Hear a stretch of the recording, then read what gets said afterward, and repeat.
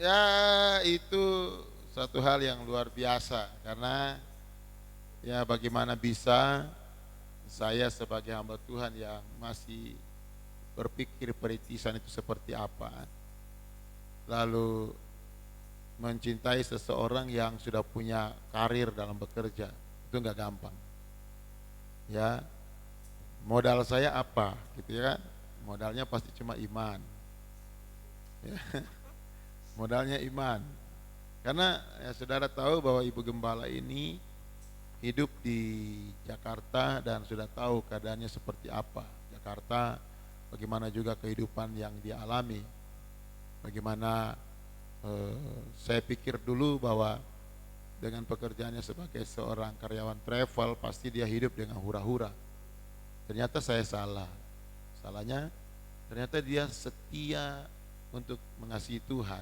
Berbeda dengan seringkali kita selalu menjustis orang, melihat orang dari pekerjaan. Iya, padahal sebenarnya bukan itu. Kita harus menilai orang bagaimana hubungannya dengan Tuhan. Ya, Itu betul. sebagai anak muda harus seperti itu. Nah, akhirnya pertama begini, namanya orang kepingin mencintai seseorang, nggak boleh putus asa dong, ya kan? Ya, betul. Harus diperjuangkan. Apalagi laki-laki Wah nih. ini, Ya kan? aduh, belum tahu kan begitu. Ya. Orang Manado bilang aduh, ya kan?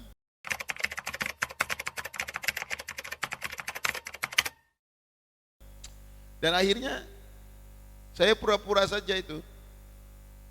Saya tahu bahwa Ibu Gembala ini ya, yang sekarang ini dia kalau berangkat kerja itu suka lewat di rumah teman saya, namanya Oke. Pendeta Hani Ratu. Waktu itu saya tinggal di situ. Karena saya Oke, membantu oke. juga pekerjaan mereka, pekerjaan Tuhan dia ada di tempat mereka. Ya saya suka bersama-sama mereka lah. Tiba-tiba dia lewat. Nah saya ingat, oh dia suka lewat 6:30 ya. Nyatet ya Nyata jamnya ya. jamnya, oke. Ya, besoknya saya pura-pura duluan jalan, saya tahu bahwa dia akan muncul dari belakang karena 6:30. Ya, begitu ketemu, Om mau kemana? Dia kenal saya dipanggil Om karena saya khotbah, saya khotbah di pelayanan di tempat dia menjadi ketua kaum muda. Jadi tante dulu ketua kaum muda di Puri Nirwana, tempatnya Pendeta Melkiratu. Ya, nah akhirnya saya jalan pura-pura, teman-teman di jalan ketemu, Om kemana? Saya bilang saya mau ke Tanjung Priuk, karena ke mami saya tadi itu yang saya bilang itu, ya. Saya mau ke Tanjung Priuk. Oh, Om sama-sama aja. Nanti Om turun di ini, ya. Om turun di UKI, Kayak dikasih diarahin gitu ya diarahin. kemana gitu. Nanti Om di UKI. Om naik mobil yang saya naik aja. Itu mobil waktu itu tante suka naik mobil LIPI, ya Lembaga Ilmu Pengetahuan Indonesia. Oh iya, Itu iya. kan ada perumahannya dekat tante, jadi suka naik itu. Bayar juga tapi naiklah. Begitu naik ngobrol lah sudah. Begitu ngobrol-ngobrol-ngobrol saya turun di UKI. Lalu saya bilang gini, ya saya mau langsung ke Tanjung Priuk. Oke. Tante langsung ke daerah Blok M karena memang dia kerja di Blok M. Nah, lalu begitu sorenya kan tante pulang jam 5 sore. Saya telepon. Saya minta nomor teleponnya kan. Ada di mana? Ada di kantor nih belum. Oh, belum pulang? Belum. Boleh sama-sama? Oke. Nah, Nah, itu. Ya biasa taktik toh. Boleh sama-sama. Akhirnya dia jawab, boleh. Oke. Akhirnya saya pergi, saya ketemu dia, lalu sudah kami pulang, naik, saya ingat itu Dedis, Pasar Minggu, Bogor. Ya, ingat itu masih ada sekarang nggak mobil itu. Ya, dan waktu di perjalanan kita ngobrol. Saya belum menyatakan cinta, belum. PDKT lah ya. PDKT, ya.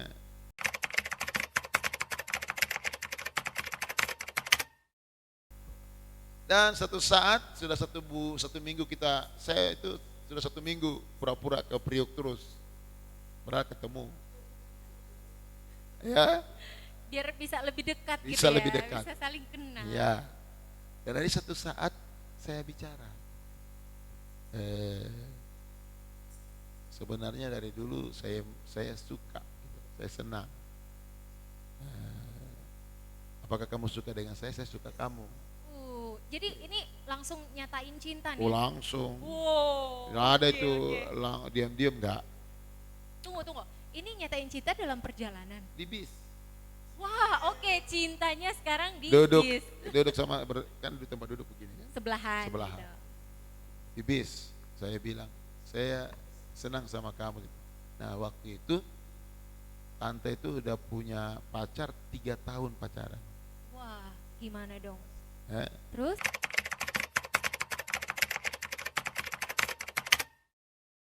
namanya ini si tikus ini tinggi kurus, saudara. Waktu itu saya kurus sekali, ya. Ini lingkar celana saya aja 27, 26. Kalian berapa? Gitu. Ya. Ada yang lebih kecil enggak? Lebih kecil. Ada enggak? Ya. Enggak ada. Ya, dan akhirnya saya tanya, dia bilang begini, nanti saya belum bisa jawab, berdoa dulu. Saya berdoa. Ini saya nggak tahu dia suruh berdoa itu karena memang dia sudah 3 tahun pacaran. Ya, mungkin dia bagaimana caranya, rupanya dengan pacarnya itu baru tante ngomong kalau keluarganya pacarnya suka bicara, kamu nggak cocok pacaran, cocoknya adik kakak. Jadi tante langsung, oh itu udah 3 tahun pacaran kok keluarganya bilang cocoknya adik kakak, kayaknya tertekan gitu ya. Dan akhirnya satu saat saya pikir, aduh, dia tanya begini, kenapa kamu suka dengan saya? Kenapa om suka dengan saya? Ya panggil om waktu itu. Padahal usia sama. Om. Ya, kenapa om suka sama saya? Om pendeta hamba Tuhan. Saya bekerja. Ya, saya pikir, aduh, ini jawabnya bagaimana? Saya akhirnya ada muncul di hati saya bilang begini, namanya cinta itu kan tidak mengenal profesi. Ya kan? Cinta ya cinta, ya kan? Profesi ya profesi kan? Nggak usah bilang derajat inilah, ini yang kuliah, ini kagak kuliah, dan itu sebenarnya nggak boleh. Kalau cinta itu memutuskan semua hal itu. Menerima apa adanya, yes. Itu namanya cinta. Begitu kan? Iya. Dan akhirnya dia suruh saya berdoa. Saya sudah ngomong seperti itu. Lalu tiba-tiba saya tanya, bagaimana? Jawabannya apa? Dia kasih saya kertas kecil, dia bilang gini, kertas ini hanya dibuka di rumah. Ya.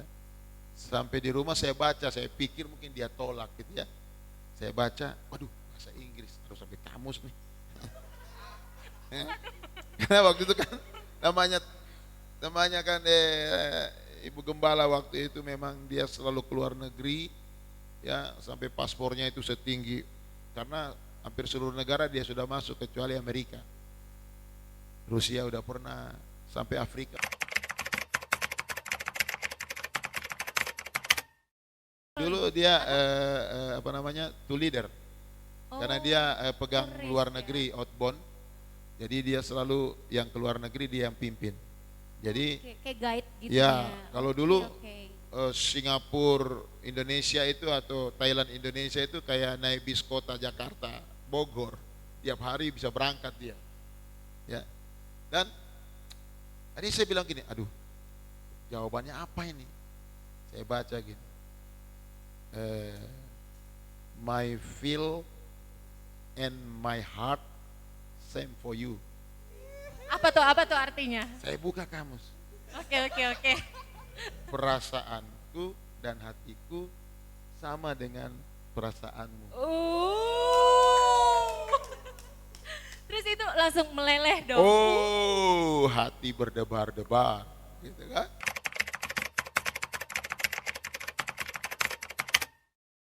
Dan saudara semua tahu ya, Saya tidak pacaran lama bertahun-tahun dengan tante. Nggak sampai 6 bulan. Oh, langsung ambil keputusan untuk Saya langsung ambil keputusan untuk kita nikah. wow. Karena memang sudah jadi tekad saya umur 25 tahun harus menikah. Pas itu tante juga 25 tahun. Jadi memang kita sudah sepakat.